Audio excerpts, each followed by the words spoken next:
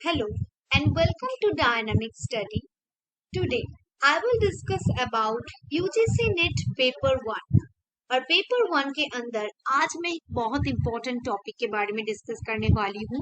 वो है important convention और ये सारे जो कन्वेंशन है वो है पीपल एंड एनवायरनमेंट के ऊपर बेस्ड। सो ये एक न्यू टॉपिक है। नए नए क्या क्या कन्वेंशन हुए हैं या इम्पोर्टेंट कैसे कन्वेंशन हुए हैं उसके ऊपर ये वीडियो है। सो ये वीडियो आप जरूर देखिए क्योंकि इससे बहुत सारे क्वेश्चन यूजीसी नेट के पेपर वन में आ सकती है। सो स्टार्ट करते हैं आज के लेक्चर। सबसे पहले हम देखेंगे हैजर्डस वेस्ट के बारे में। इसके बारे में क्या बताया गया है? पीपल एनवायरनमेंट एक बहुत इंपॉर्टेंट टॉपिक है। सो हैजर्डस वेस्ट क्या है इसका मतलब? So hazardous waste are those that may contain toxic substances generated from industrial, hospital, some types of household waste.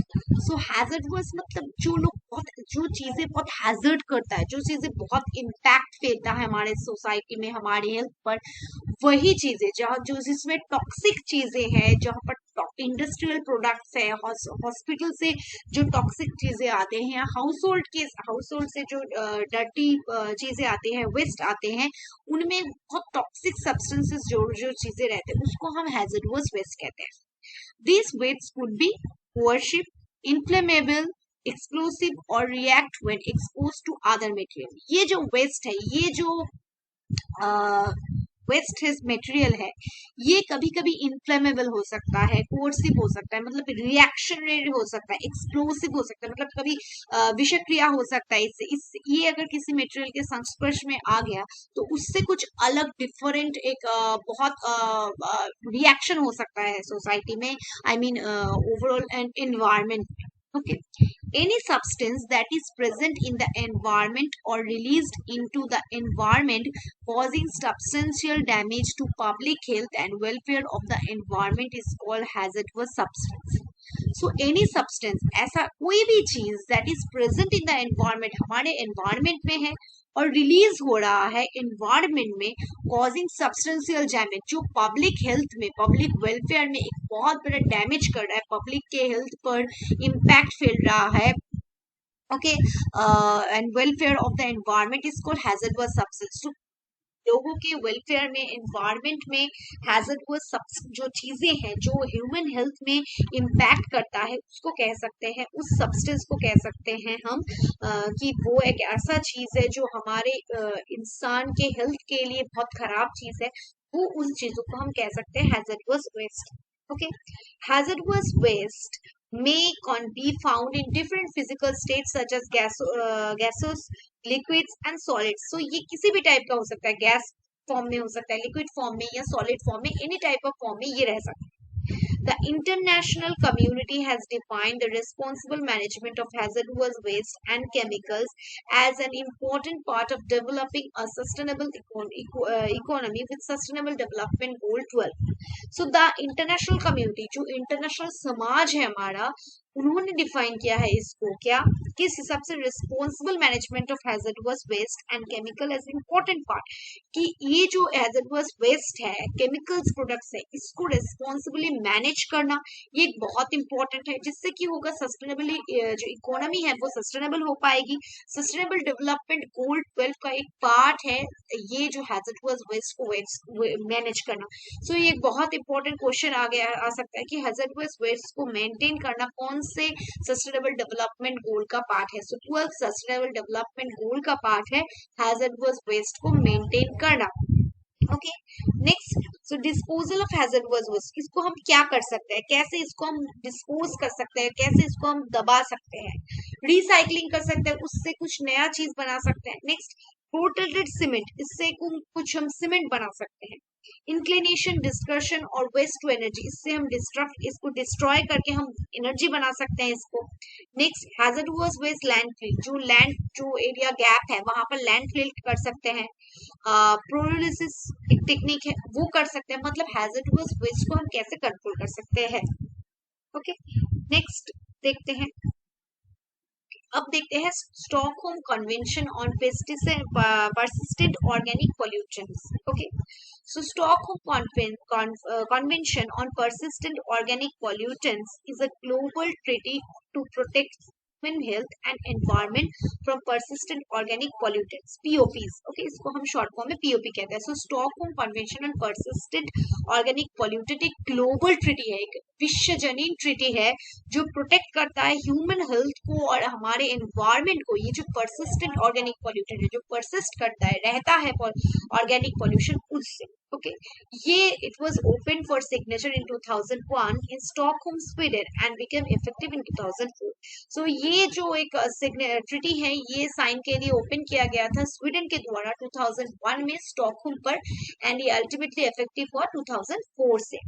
Okay, next, aims to eliminate or restrict the production and use of persistent organic pollution. So ये इसका M क्या है कि eliminate करना, इसको हटाना, restrict करना, इसको एक जगह पर लिमिटेड करना, the production and the use of persistent organic pollution. जो POPs है उसको, उसके प्रोडक्शन को घटाना, एलिमिनेट करना, हमारे समाज रेस्ट्रिक्ट करना.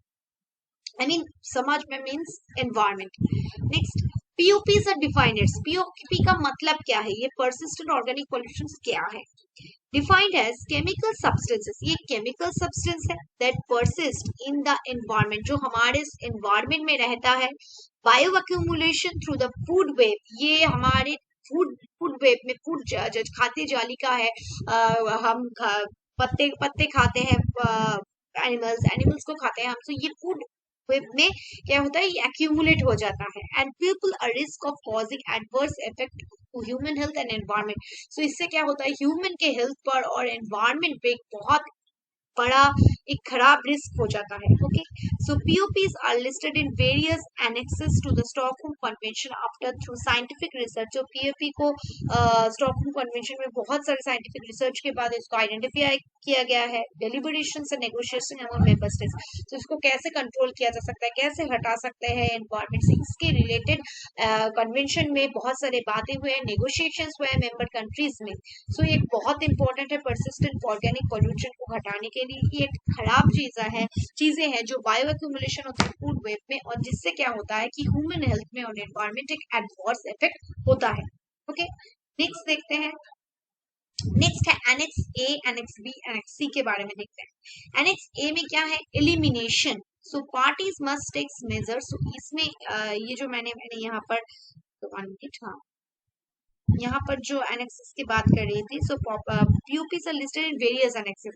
इसको बहुत सारे एनेक्सेस में, लिस्ट में, टाइप्स में डिवाइड किया गया, उसके बारे में हम देखते हैं. ओके, एनेक्स ए में क्या है, एलिमिनेशन, यहाँ पर हटा रहे हैं.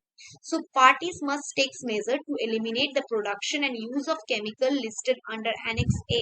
Specific exemptions for use of production are listed in the Annex and apply only to parties that register for them. PCBs are listed in Annex A. So Annex A का मतलब है elimination, हटाना. Parties must take measures to eliminate. Parties को क्या करना चाहिए, must take measures to eliminate. Parties क्या करेगा, एलिमिनेट करेगा द प्रोडक्शन, जो प्रोडक्शन है, एंड यूज ऑफ केमिकल्स, जो केमिकल का यूज है लिस्टेड, जो ए लिस्ट के अंदर है एनेक्स ए को, उसको हटाएगा, उसको एलिमिनेट करेगा, उसको एनवायरमेंट में नहीं घुसने देगा. Okay, specifically exemptions for use of production are listed in the annex and apply only to parties, जो registered parties है उन states के लिए ही apply है. So PCBs are listed in Annex A. ये जो PCBs है वो भी Annex A में है. Annex B में क्या restrict कर रहे हैं, उसको रोक रहे हैं. So parties must take measures to restrict the production and use of chemical listed under Annex B. Annex B के अंदर जो चीजें लिस्ट किया गया है उनको restrict करेगा, उसका प्रोडक्शन नहीं होने देगा, उसको लिस्ट यूज नहीं करेंगे. In the light of any alphabetical in the light of any applicable acceptance purpose and or specific exemptions are listed annex. So इसको हम रोकेंगे, restrict करेंगे, इसको घुसने नहीं देंगे एनवायरमेंट के अंदर. नेक्स्ट, एनेक्स सी के अंदर क्या होता है, अनइंटेंशनल प्रोडक्शन. अनइंटेंशनल प्रोडक्शन भी नहीं होगा. So parties must take measures to reduce the unintentional release of chemicals. अब इंटेंशनली एनवायरमेंट में नहीं फैल रहे हैं, अनइंटेंशनली अगर हो रहा है तो उसको रिड्यूस करना जो एनेक्स सी के अंदर है, with the goal of continuing minimizing and where feasible ultimate elimination. Ultimately इसका एम है फिजिबली इसको अल्टीमेटली एलिमिनेट करना एनवायरमेंट से, इसको मिनिमाइज करना, इसको प्रॉब्लम्स को हटाना एनवायरमेंट से, इसका मेन मोटो यही है। अब ऑब्जेक्टिव देखते हैं इसका, support the transition to safer alternatives को सपोर्ट करना, target additional POPs for action, so additional target additional POPs को टारगेट करना, उसको लेकर clean up old stock pipes and equipment containing POPs, जो स्टॉक पाइप्स में इक्विपमेंट पीओपी है उसको क्लीन करना, work together for POP free future, so POP free future के लिए एक काम करना एक साथ। ओके, सो इंडिया ने कब रेटिफाइड करा इसके बारे में देखते हैं। India ratified Stockholm convention in 2006, so India ने इस पीओपी के बारे में इसको ज्वाइन किया 2006 में, एज पर आर्टिकल 25(4) के अंदर, which enabled it to keep itself and default opt-out position such that amendable in various annexes of the convention cannot be enforced on it unless an instrument of ratification, acceptance, approval or accession is explicitly disposited in UN dispository। So India is ratified Stockholm convention के अंदर article 25(4) के अंदर क्या बताया, which enable it to keep it itself and default, एक default है opt out position, such that amendments in various annexes पर of the convention can not be enforced it on unless an instrument of ratification, इसको ratify करना, accept करना, approval करना UN disposal के अंदर।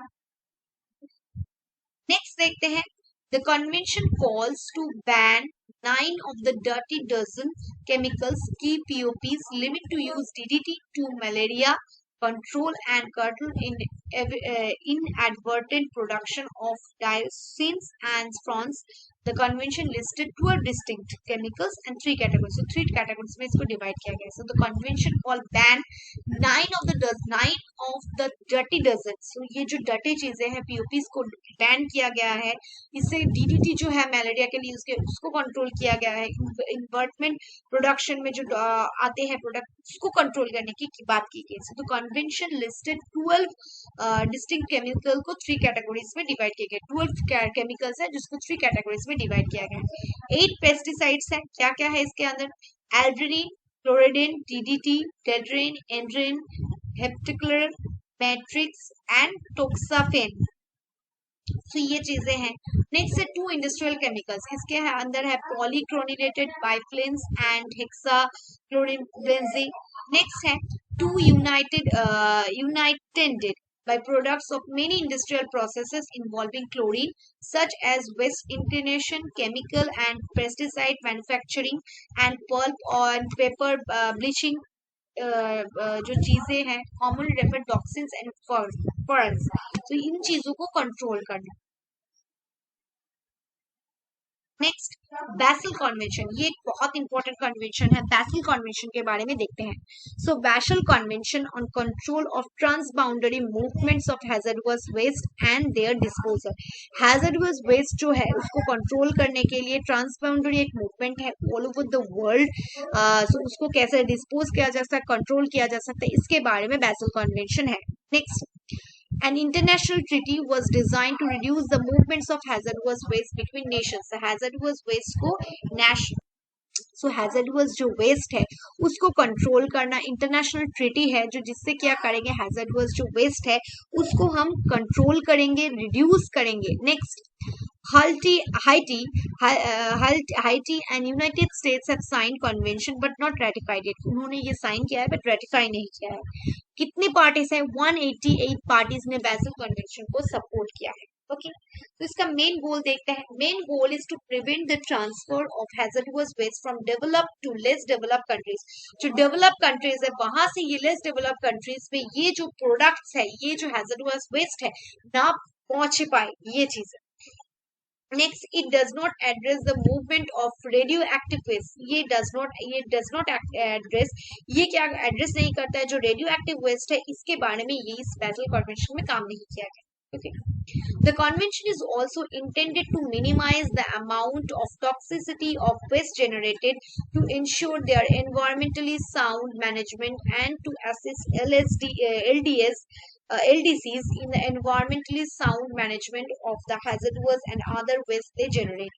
So the convention, ये जो convention is also intended to minimize, intention इसका क्या है, to minimize करना, घटाना, द अमाउंट ऑफ टॉक्सिसिटी जो मटेरियल है, टॉक्सिक जो मटेरियल है उसको हटाना, उसको यूज कम करना, to ensure environmentally sound management, environmentally sound management को इंश्योर करना, and assist LDCs in the environmentally sound management को असिस्ट करना, हैजर्डस वेट्स को कम करना और एक अदर वेज जनरेट जो कर रहा है उसको घटाना और मैनेज करना टोटल सिस्टम को. ओके.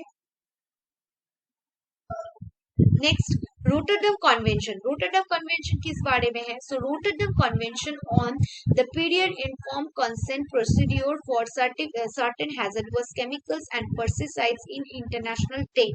सो रोटरडम कन्वेंशन क्या है? Rotterdam convention on the period inform consent, ये कंसेंट है, प्रोसीड्योर फॉर सर्टेन हैजर्डस जो केमिकल्स है एंड पेस्टिसाइड है इंटरनेशनल ट्रेड में, इसको हटाना. The convention creates legally binding obligation, ये लीगली बाइंडिंग ऑब्लिगेशंस बताते हैं स्टेट्स को for implementation of period inform consent, PIC procedure है उसको यूज कम करना. ओके, इम्प्लीमेंटेशन करना. नेक्स्ट है multilaterally treaty to promote shared responsibility in relation to the important hazardous chemical जो है उसको हटाना, उसको कम यूज करना, इसके बारे में ये मल्टीलैटरल ट्रीटी है. Next, the convention promotes an open exchange of information and calls on exporters of hazardous chemicals to use proper labeling, safe handling, and inform purchasers of any known restriction on bans. The convention, ये जो convention है promote करता है, open exchange करता है, information को exchange करता है कि hazardous chemicals कौन से है, कैसे इसको लेबल कर सकते हैं, कैसे safely handle कर सकते हैं, इसके बारे में ये बताता है, और कैसे बैन कर सकते हैं, कैसे restrict कर सकते हैं, इसके बारे में. नेक्स्ट, सिग्नेटरी नेशंस जो होंगे, जो ये रॉटरडम कन्वेंशन को साइन करेगा, can decide whether to allow और ban the importation of chemical listed in the treaty. So कौन किसको अलाउ करेगा, किसको बैन करेगा, इसके बारे में ये ट्रीटी है. Next, period inform consent, PIC procedure क्या है इसके बारे में थोड़ा जान लेते हैं कि it is one of the main provision of the Rotterdam convention का एक बहुत इंपॉर्टेंट पार्ट है of 1998 that states that parties are importing the chemicals as listed and its 3 of the convention have to formally obtain and disseminate the decisions of receiving future shipments of such chemicals. So period informed consent PIC procedure के अंदर ये जो Rotterdam convention है 1998 में पास हुआ था. So ये एक मेन प्रोविजन है रोटरडम कन्वेंशन का 1998 का, दैट पार्टीज जो होगा, इसका जो मेंबर स्टेट होगा वो जो इंपोर्टिंग वो क्या कर रहा है कि केमिकल्स जो है एनेक्स 3 में कन्वेंशन का लिखा हुआ है, फॉर्मली ऑप्टेन वो डिसिमिनेट करेंगे, उसको हटाएंगे, उसको शिपमेंट में किसी भी चीज में फ्यूचर में यूज नहीं करेंगे. Okay, the important pirates have to ensure that decisions related to their imports are well in compliance by the exporting party. So ये इसको यूज कम करेगा, इसका मेन यही चीज है. Okay, so there are 52 chemicals, यहाँ पर 52 टोटल केमिकल्स है जो एनेक्स 3 के अंदर है रोटरडम कन्वेंशन के अंदर, for the trade of which parties have to follow mechanism to period informed consent procedure. So इसके लिए इसको पार्टी को ये प्रोसीड्योर फॉलो करना है. सो ये कुछ नए कन्वेंशंस के बारे में था, नए चीजें हैं पीपल एनवायरनमेंट के बारे में. सो मैंने इसके बारे में अपडेट कर दिया आप लोगों को. अब ये वीडियो आप देखेंगे तो अपडेट हो जाएंगे पीपल एनवायरनमेंट के टॉपिक के बारे में, क्योंकि अब वेरियस वेज से, वेरियस टाइप से कौन से क्वेश्चंस आ रहे हैं UGC नेट के क्वेश्चंस में, ज्यादातर पीपल एनवायरनमेंट हायर एजुकेशन में. So we have to update ourselves. So thank you, keep on watching and keep on learning.